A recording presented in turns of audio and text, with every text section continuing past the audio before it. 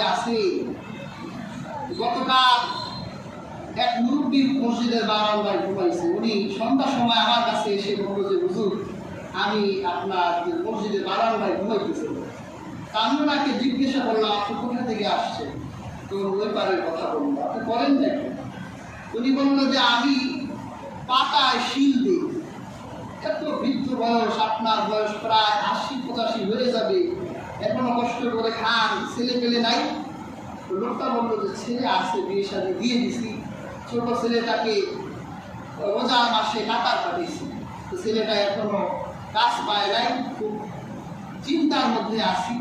এখন কিছু করে তো খেতে হবে, বাসায় রুজি রোজগার করার মানুষ নেই, এই জন্য বিক্রমপুর চলে আসছি।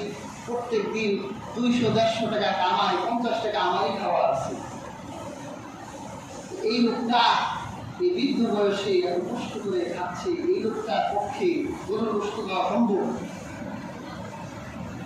রাসূলুল্লাহ কি সুন্দর বিধান করে দিয়ে গেলেন, কুলু ওয়াকিলু ওয়াদাকিলু, খাওয়াও, বন্টন করে দাও। তুমি গরিব অসহায় দুস্থদের মাঝে এটা বিলিয়ে দাও। এটা যে কত গুরুত্বপূর্ণ একটা আমল। হাদিসে নববীতে রাসূলুল্লাহকে এক সাহাবী জিজ্ঞেস করেছিলেন, আইয়ুল ইসলামি খায়র, হে রাসূল, ইসলামের সবচেয়ে উত্তম কাজ কোনটি?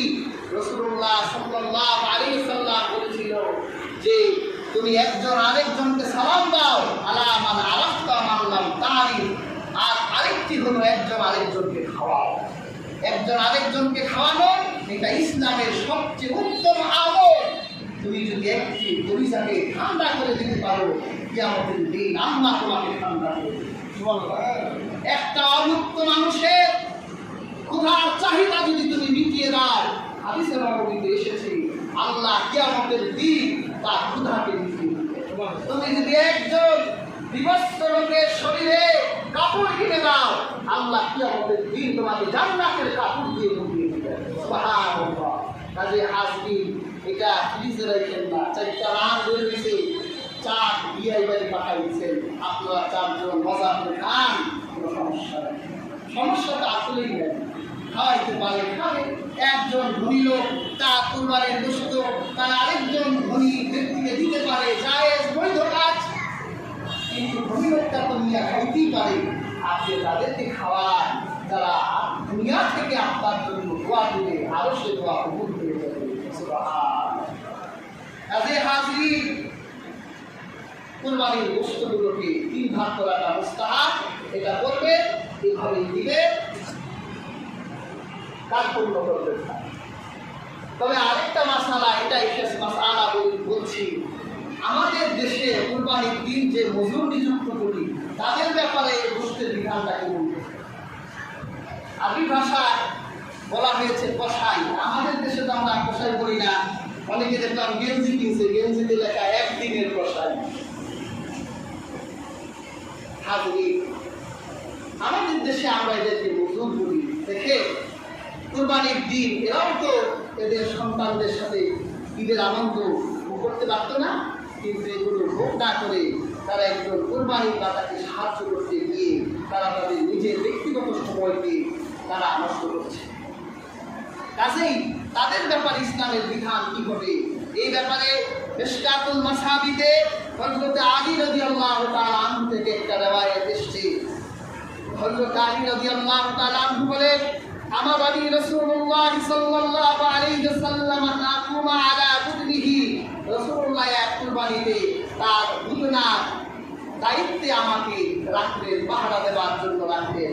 আমি রাসূলুল্লাহ এই পশুটিকে পাহারা দিলাম।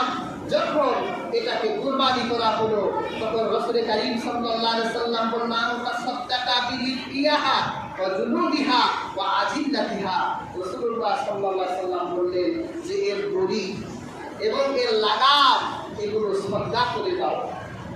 এটা কুরবানি দাতা কুরবানির পশুর দড়ি লাগাম এগুলো ব্যবহার করতে পারবেন, এগুলো সদকা করে দিবেন।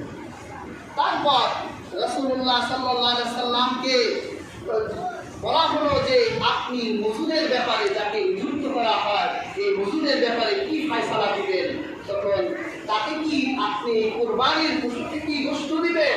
তখন রাসূলুল্লাহ বলেছিলেন, আল্লাহ উতিয়াল জাজ্জারা মিনহা, তোমরা তাকে কুরবানির পশু থেকে গোশত দিও না। এটার অর্থ হলো তুমি তার সাথে চুক্তি হও যে সে কত টাকায় তোমার কুরবানির পশুটিকে কেটে দিবে, তার সাথে তোমরা চুক্তিবদ্ধ হবে। এই চুক্তিতে সে 4,000 টাকা 5,000 টাকাও চুক্তি করতে পারে, এটা তার মন মতো সে করবে। তারপর রাসূলুল্লাহ বলেছেন ওয়ালা নাহনু মুফতিহি মিন ইনদিনা, যদি আমরা হুজুরকে কষ্ট দেই তাহলে তার মজুরি হিসেবে দেব না, আমাদের থেকে দিব। এর অর্থ হলো তুমি তার মজুরিও দিবা, আবার তুমি তোমার নিজের থেকে তাকে গোশত দিবা। কারণ সে তো গোশত অন্য কোথাও ভুললে পাইতো না, কিন্তু সে ওটাকে স্যাক্রিফাইস করে তোমার বাড়িতে কামলা খাটলো, বদলা দিল, তোমার বাসায় মজুর খাটলো, তার মজুরিও দিবা, আবার তোমার নিজের থেকেও। কাজে হাজরিন, আমরা এই জাতীয় লোকদের ব্যাপারেও ইনসাফ করবো, দয়া প্রদর্শন করবো। আল্লাহ সুবহানাহু ওয়া তাআলা আমাদের প্রত্যেককে আজকের আলোচিত আয়াত থেকে উপদেশ গ্রহণ করা তৌফিক দান করুন। যারা সুন্নাত করেননি সুন্নাত